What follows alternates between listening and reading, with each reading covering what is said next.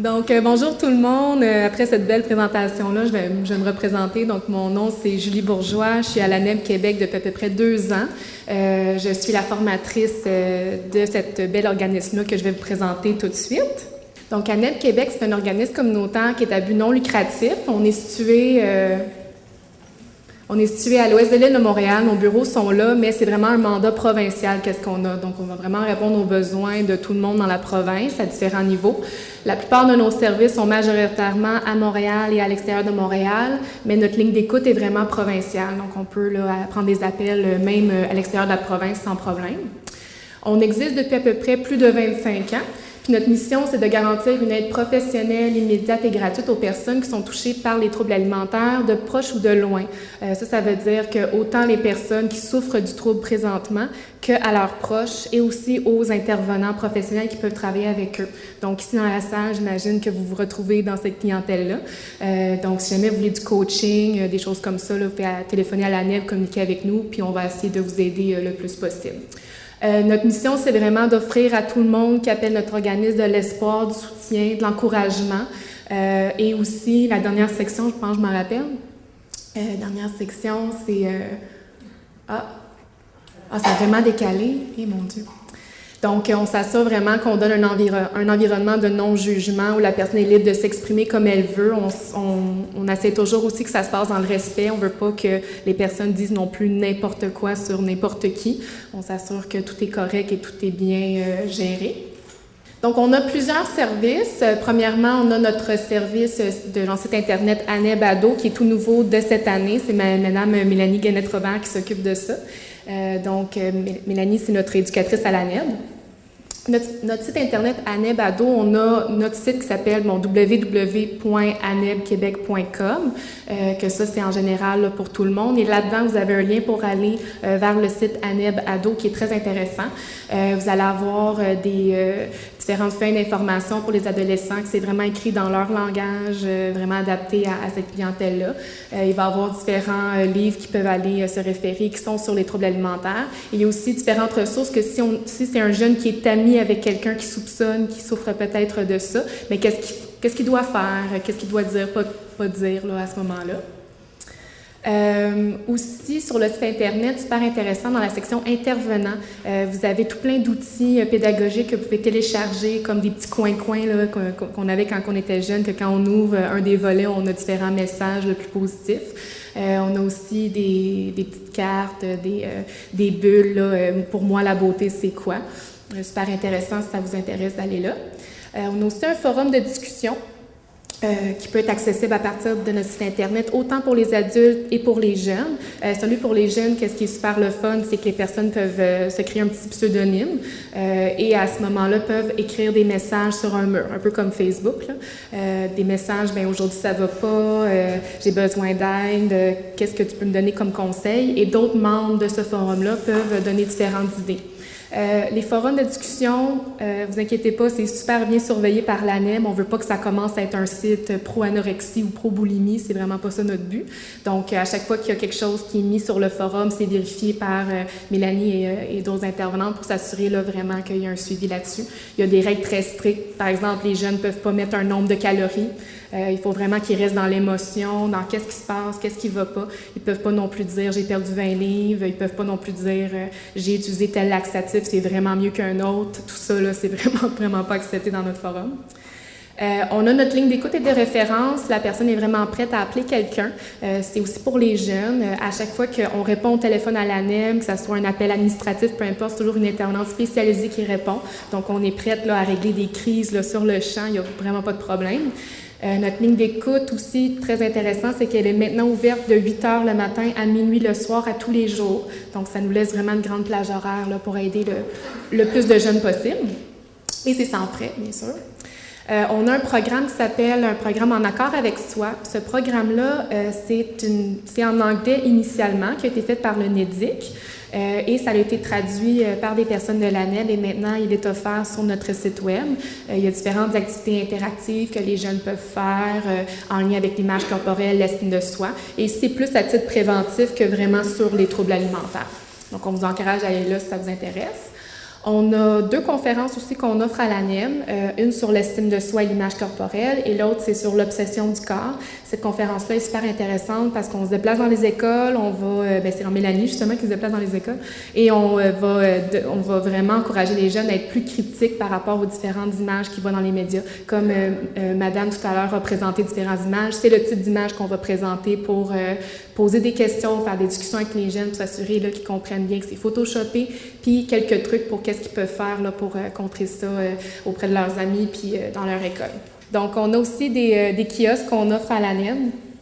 Ces kiosques-là, encore une fois, on se déplace dans vos écoles, il y a différents outils. Puis si vous voulez avoir un aperçu de qu'est-ce qu'on donne dans les kiosques, les outils qu'on peut télécharger sur notre site web, c'est un exemple de ça. Donc, les petits coins-coins, tout ça, on donne ça. Et on va parler aux jeunes de c'est quoi exactement un trouble alimentaire, qu'est-ce qui cause ça et comment se protéger de ça aussi. On offre aussi 4 fois par année à peu près un bulletin d'information de l'ANEM. Ça, à chaque fois qu'on le publie, il va y avoir différents sujets, différents témoignages, des professionnels vont écrire aussi. Là, celui qui vient justement de sortir, c'est sur qu'est-ce que les intervenants peuvent faire dans les milieux scolaires ou dans les milieux communautaires avec les jeunes pour diminuer l'impact des médias et tout ça là, sur l'incidence des troubles alimentaires chez cette population-là. C'est pas mentionné, mais aussi on offre des formations professionnelles à l'ANEM. C'est moi personnellement qui les donne. Donc, si jamais, là, des fois, c'est peut-être pas évident d'intervenir auprès des jeunes qui ont un trouble alimentaire ou on commence à avoir certains symptômes, c'est à cet âge-là que ça commence. Je pense que le moment le plus propice là, pour souffrir de ça, c'est entre 14 et 25 ans.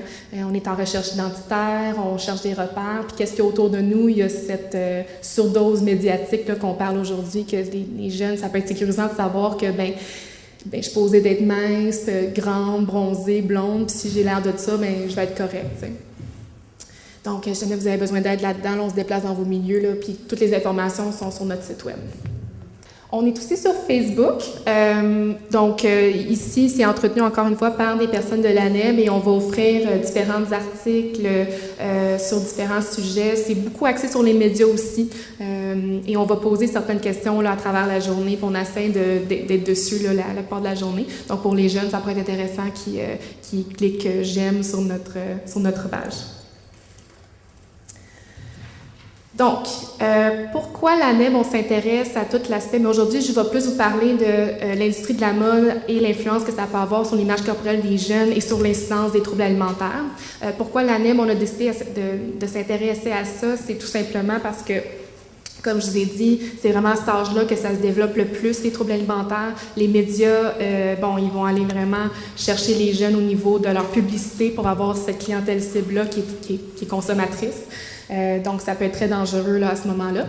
Là, je vais vous parler de quelques informations qui nous a amené à élaborer un projet avec la Charte québécoise pour une image corporelle saine et diversifiée, qu'on est très fiers.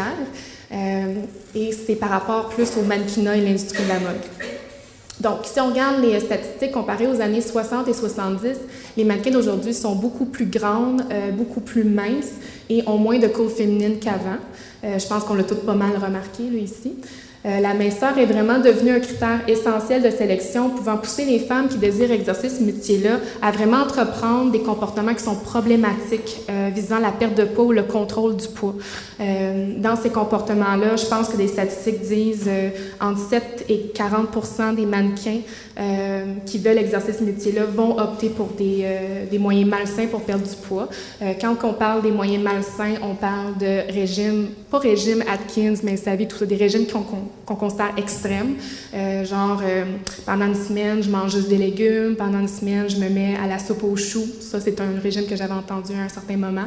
Ça peut aussi aller vers des jeûnes, donc plusieurs heures, plusieurs jours sans manger rien pour essayer de perdre le plus de poids possible. Ça peut aussi aller vers des vomissements provoqués.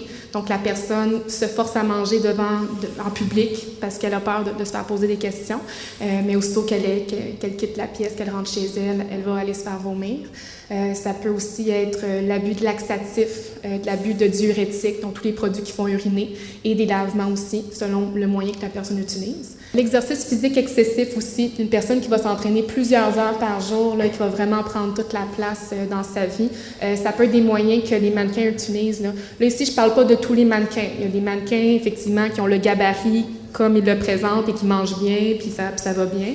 Mais reste que le critère de sélection est tellement strict et tellement essentiel dans cette industrie-là que ça fait en sorte que le moindrement qu'une jeune fille a 16 ans, elle a déjà les mensurations recherchées et que là, tout d'un coup, son corps change alors, parce que c'est sûr qu'entre 16 et 25 ans, le corps continue à changer, les hanches s'élargissent, le corps se prépare pour peut-être avoir des enfants. Donc, si elle veut maintenir son emploi, des fois, il faut qu'elle aille vers des moyens drastiques comme ça si son corps n'est pas naturellement fait, comme les mensurations qui sont exigées auprès des mannequins. Les troubles, c'est ça. Tout ce que j'ai mentionné, c'est des symptômes d'un trouble alimentaire. Il y en a que ça peut être des troubles alimentaires qui sont diagnostiqués au niveau psychiatrique. Si vous voulez plus d'informations là-dessus, sur notre site web, c'est indiqué. Mais n'importe qui présente les comportements que je vous ai dit, ça, c'est déjà, il faut intervenir là-dessus. Ça commence à être problématique. Les troubles alimentaires sont des désordres complexes qui sont principalement caractérisés par des habitudes alimentaires anormales, voire dangereuses, comme j'ai mentionné tout à l'heure. Une crainte intense de prendre du poids. Ici, c'est même plus une crainte qu'on est en train de parler, c'est vraiment une phobie, là. Une personne que vraiment, elle mange un aliment qu'elle s'est peut-être interdit, comme des frites ou du pain ou des choses comme ça. Et vraiment, il va avoir une immense culpabilité après. Elle va vraiment pas se sentir bien d'avoir mangé ça parce qu'elle a très, très peur de prendre du poids. Et bien sûr, il va y avoir une préoccupation démesurée par rapport à l'apparence physique. Ça prend vraiment toute la place là, chez la personne à ce moment-là. Ces troubles, bien sûr, ont de grandes répercussions sur le fonctionnement autant physique, psychologique que social. Tout se passe autour d'une table. Juste aujourd'hui, on a mangé ensemble, on est en train de prendre des cafés ensemble, tout ça. Donc, pour une personne pour qui l'alimentation, c'est problématique, c'est sûr qu'il va avoir un impact sur l'aspect social. C'est sûr qu'elle va s'isoler, qu'elle va essayer de moins se faire confronter par l'entourage qui sont très inquiets pour elle. Et sinon traités, malheureusement, ils peuvent mener jusqu'à la mort. L'anorexie, surtout, c'est le trouble psychiatrique qui a les plus hauts taux de mortalité dans tous les troubles psychiatriques, étant donné qu'il y a tellement des grandes répercussions au niveau physique, parce que c'est vraiment l'alimentation qui est problématique. Donc, très important de parler de ça. En lien avec les taux de mortalité, dans l'industrie de la mode, on a malheureusement vu des exemples de ça. Donc, dans les années 2000, il y a eu les décès des mannequins sud-américaines Anna Carolina Reston, Eliana Ramos et Luiselle Ramos. Les deux dernières sont jumelles. Elles sont tous décédées de complications liées à l'anorexie. Puis ça, combiné aussi, comme on l'a mentionné, au nombre grandissant de célébrités qu'on soupçonne qui ont un trouble alimentaire, que ça va pas bien, tout ça, présenté dans les médias, ça a vraiment placé les canons de beauté véhiculés par l'industrie de la mode sous la loupe. De plus en plus d'études scientifiques se sont penchées sur cette question-là. À quel point qu'est-ce qu'on présente dans les médias aux jeunes, ça a un impact sur leur image corporelle? Puis en général, les études, qu'est-ce qu'ils disent, c'est que la minceur, ça égale un succès professionnel et amoureux, on va être riche, on va être célèbre. Si on est mince, on a vraiment là, tout pour nous. Et si on a un surpoids, puis encore une fois, surpoids, ça peut être nuancé. Qu'est-ce que c'est vraiment un surpoids? Là? Selon qu'est-ce que les médias nous démontrent, ça prend pas grand-chose pour être considéré gros ou grosse. Donc le surpoids est plus associé à la paresse, le manque de volonté, l'exclusion et la pauvreté. Et les adolescentes, qu'est-ce qui intègre comme message? C'est que pour être considérées attirantes, intéressantes et valables aux yeux de leur père, elles doivent vraiment correspondre à ces canons de beauté qui sont véhiculés dans les médias. Selon le Model Health Inquiry, ça c'est une étude que si ça vous intéresse, là, c'est super, super intéressant.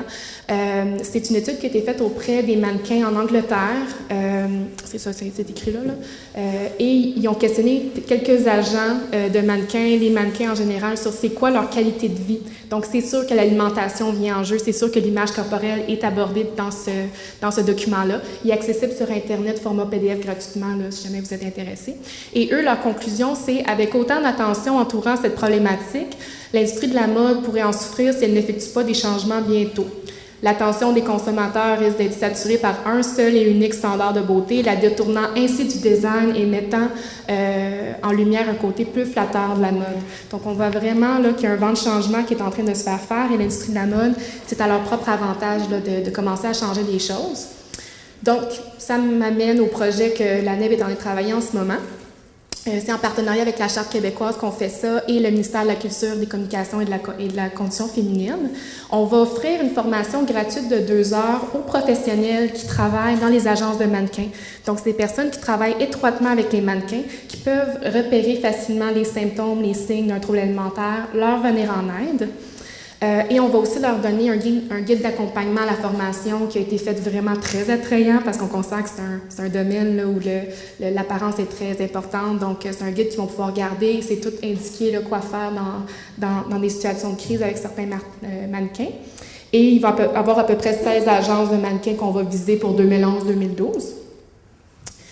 Les objectifs généraux, bien, la formation s'appelle « Lorsqu'une image vaut 1000 mots, le mannequinat et les troubles alimentaires ». Ça va permettre aux professionnels, en premier lieu, d'être outillés pour repérer les signes et symptômes, comme je vous ai expliqué, puis comment leur venir en aide. Et deuxièmement, ça c'est super important parce que c'est vraiment pour ça qu'on le fait, on va leur expliquer comment se faire agent de changement au sein de leur entreprise, de leur agence. Donc, qu'est-ce qu'ils peuvent faire concrètement pour que, tranquillement, pas vite, ils commencent à engager des mannequins qui ont une diversité corporelle. On ne veut pas non plus enlever complètement les mannequins qui sont minces parce qu'elles font partie de notre société comme n'importe qui, mais juste d'intégrer une diversité en général. Les thèmes qui vont être abordés, bon, les 4 premiers, c'est pas mal en lien avec l'intervention au niveau des troubles alimentaires.